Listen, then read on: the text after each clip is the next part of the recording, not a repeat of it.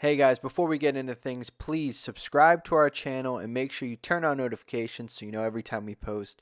And also, head over to our social pages, Twitter, TikTok, and Instagram so you can see clips and chat wrestling with us.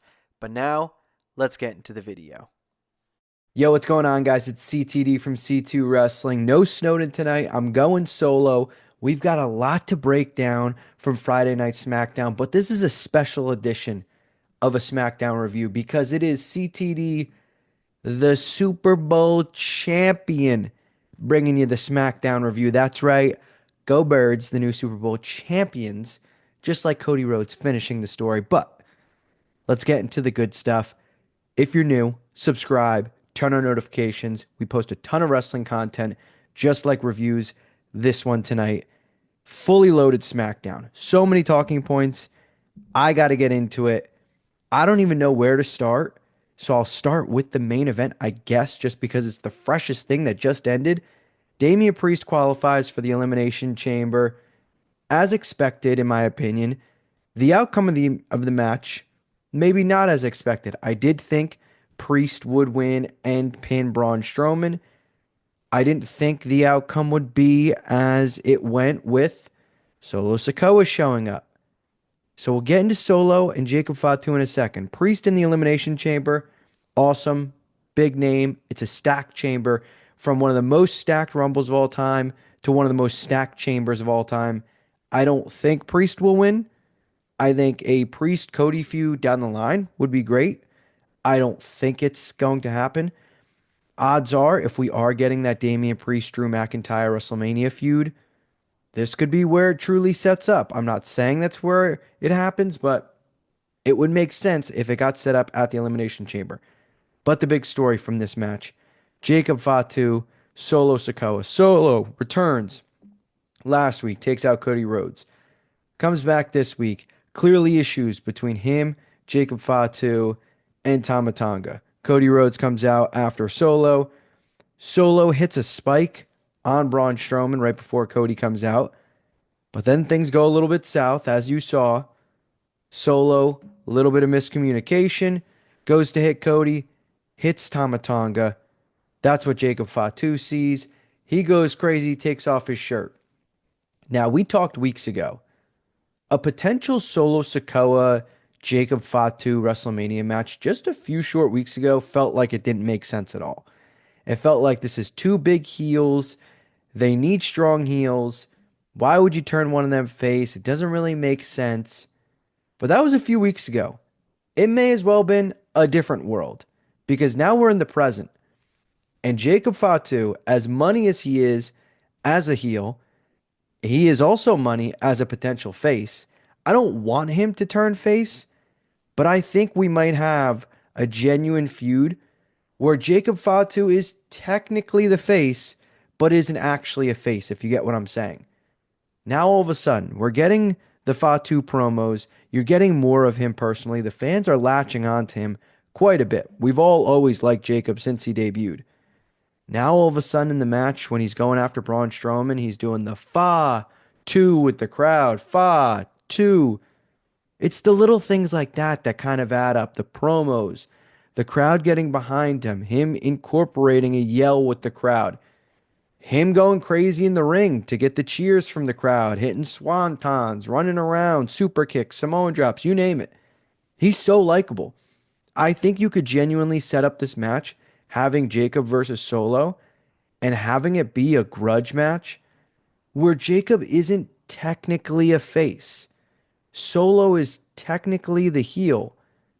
But I have a gut feeling, even though Solo spiked Tama Tonga, I feel like the only way this story really cranks up is if Tama Tonga joins Solo and they turn on Jacob Fatu. I don't know. Maybe I'm buying too far into it. I know Solo just accidentally hit Tama Tonga with the Samoan spike, but it just feels like both of them are going to turn face and just beat Solo. That does nothing really.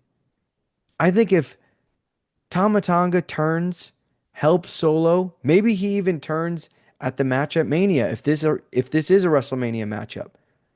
Then all of a sudden you build Fatu a little bit more with the crowd, a little bit more sympathy. You get a little bit more heat on on Solo Sikoa, on Tamatanga. I feel like that's the only way this match works and makes sense. We're obviously not going to see Tongaloa anytime soon. He's still recovering from injury. Well, how else do you do it? It feels like that's what they're building towards. When Solo Sikoa first left and Jacob Fatu started stepping up in his promos, that was kind of the speculation. All right, we'll get Jacob versus Solo at Mania. How else do you make it work? That feels like the most obvious route. I would love to get Snowden's opinion on this. I'm going to text him about it after I finish this video because I think it's quite an interesting topic. Clearly, that is what they're building towards, if not at Mania, at some point. And Solo Sikoa definitely ain't going to be the face. So it doesn't make sense for him to be booked as a face, and he's not going to be. Jacob Fatu is clearly in that face role. But we'll move on to some other key notable moments in SmackDown. Trish Stratus comes back, sets up a tag match in Toronto, the house of Trish Stratus, basically. Her and Tiffany Stratton, who had quite the evening, teaming up against Nia Jax and Candice LeRae. Great way to get Tiffany on the card. Great way to get Trish back in the mix. Nia obviously has been consistently on the show, consistently in relevant feuds, so it makes sense for her to be in this tag match. I love Trish. Trish teaming with Tiffany is awesome. That is a great way to continue to push Tiffany as a face rather than Tiffany as a heel or a tweener. If she's teaming with Trish Stratus and you're in Toronto, odds are you're on the babyface side, especially if you're facing Nia Jax and Candice LeRae. So, love that match. Am I expecting anything crazy from it? No. But the biggest point coming from that match, coming from that segment, was Charlotte Flair picking Tiffany Stratton, as we expected, to be facing her at WrestleMania. Now, we kind of all put the pieces together as soon as the Royal Rumble ended. Jey Uso would choose the world title. The men's elimination chamber would be for Cody's title, or number one contender, I should say, to Cody's title. The women's side, Charlotte wins. She'll choose Tiffany. The elimination chamber on the women's side will be for Rhea's opponent. That I could see going to a multi-woman match for sure now that Rhea is facing Io Sky the day after or 2 days after, whatever. But on the Charlotte and Tiffany side, let's keep it a buck, people. This feels like the meme. This feels like the impending doom. I love Tiffany. Tiffany is awesome. I do prefer Tiffany as a heel. I think she could be even better as a heel than a face. I think it's fine if she's a heel and gets the cheers because she is cocky and arrogant, and plenty of heels get cheered all the time. I mean, I was just talking about Jacob Fatu being a heel and fans always cheering him. Roman Reigns, the heel, fans cheer him. You get it. She feels so much better as the heel, but clearly she is the face. Let's keep it a buck. It just feels like Charlotte's going to win, right? It just feels like Charlotte is going to win, and that is upsetting. Look, I don't hate Charlotte. I don't even dislike Charlotte. I actually like Charlotte. If you know, you know. I just don't want it all over again. It's just rinse and repeat with Charlotte. Like, once again in a title match, once again in a title feud, once again winning a title, once again only surrounding the title. I get it. She is one of, if not the greatest women's wrestler of all time. But it feels like years since we've had a Charlotte feud that wasn't for the title. And how awesome that is. At the same time, it's like, I get it years ago for when she's faced everybody.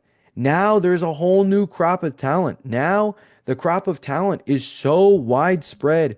And some of the people that she has faced years ago are now so much more developed and so much different that it all kind of feels fresh since her injury. But it just feels like it's going to be a Charlotte wins LOL. And God, it's upsetting. I would love to know what you guys think. I would assume a lot of you are on the same side as me, that you don't want to see Tiffany lose. I'd be stunned if Tiffany won. Look, if they want to make a moment, if they want to continue with the unpredictability, it was predictable as shit that Charlotte was going to win the Rumble. To me, it'd be unpredictable if Charlotte lost at WrestleMania. That would be a shock. So I'm hoping at Mania we get the genuine shock. And obviously, there's plenty of other stuff from SmackDown. It was a pretty stacked SmackDown. But one of the last big things I want to talk about is Kevin Owens and Sami Zayn. Both deliver promos. Sami Zayn from a bed, it seems. Kevin Owens from the driver's seat of a car, as usual. I just got to take a second. Snowden, if you're watching, it's starting to seem like I was right. It's starting to seem like I was right. I have said for months the WrestleMania match would be Kevin Owens versus Randy Orton. For months. There's been a strong push of people saying it'll be Kevin Owens versus Sami Zayn. Kevin Owens calls out Sami Zayn for Toronto Elimination Chamber. Obviously, they're both Canadian. It just lines up perfectly. I see Sami Zayn maybe versus Karrion Kross at Mania. Maybe in some aspect of that. Kevin Owens versus Randy Orton, who would return and save Sami Zayn. Let's say Kevin Owens beats Zayn or gets disqualified and is looking to fully take out Sami Zayn with a pile driver again, whatever it may be. And I hear voices hits and Orton returns and it's this huge moment and it sets up the main event of a WrestleMania. It's not going to be the main event, obviously, but that story is main event worthy. For months, we have been waiting for Randy Orton to return since Kevin Owens took him out. It has been a perfect job by them getting you to forget about Randy Orton. Not me, though. Not me. I have held firm this would be the Mania match for months. They've done a great job getting you to kind of forget about Randy. He's been hurt for so long. He's just at the point when you start to forget is where he comes back, and that's when it's money. I think that's what we're getting. I don't want to. I feel like I'm running down the sidelines. It's Deshaun Jackson. I'll reference an Eagle. Deshaun Jackson running down the field, and I don't want to throw the ball down before I cross the finish line, before I cross the goal line. I got to make sure I get into the end zone with this. Who knows? Maybe we were both right. Maybe it ends up being a triple threat of some sorts, fatal four-way, a tag match. Who knows? It wouldn't shock me if it was, I'm not saying it's the most riveting thing, but Kevin Owens and Karrion Kross versus Randy Orton and Sami Zayn. I don't know. I'm not saying that's the match, but it wouldn't shock me. But it just feels like I'm closer. Snowden had the advantage for all this time. It feels like I've bumped back up with Kevin Owens' challenge of Sami Zayn for Elimination Chamber. What did you guys think of SmackDown? What do you think of what I just mentioned? Do you think it'll be Kevin Owens versus Randy Orton at WrestleMania? Do you think Charlotte Flair will beat Tiffany Stratton? Do you think we get Jacob Fatu versus Solo SIkoa with Tama Tonga turning on Jacob Fatu? Do you think we get Damian Priest and Drew McIntyre potentially setting up their feud in the Elimination Chamber for a WrestleMania match? Let me know down in the comments below. I've been your boy CTD. If you're new, turn on notifications, subscribe, like the video, share it. Follow us on all of our socials, Twitter, TikTok, Instagram. I think that's all we got. That's all I got. I'll catch you guys next time. Peace. Go Birds.